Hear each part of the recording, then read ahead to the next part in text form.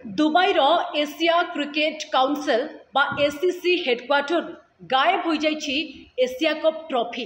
कह जाउछि एसीसी मुख्य महसिन नकवी यहाकु लुचाई देइछन्ति। एहा परे बीसीसीआई और पीसीबी मध्य विवाद आहुरी बढ़ी जाइछि। नकवी एसीसी मुख्यालयरू एशिया कप ट्रॉफी को बाहर करी आबुधाबीर एक अजणा स्थान रे लुचाई रखिछन्ति बोली विभिन्न गणमाध्यम रे रिपोर्ट प्रकाश पाइछि।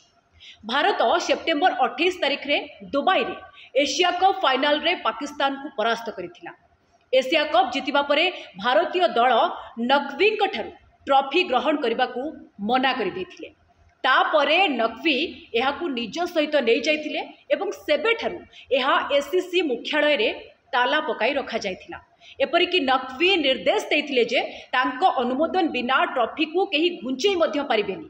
नकवी आभिमुख्य परे बीसीसीआई आईसीसी बैठक रे ए प्रसंग उठाई पारे।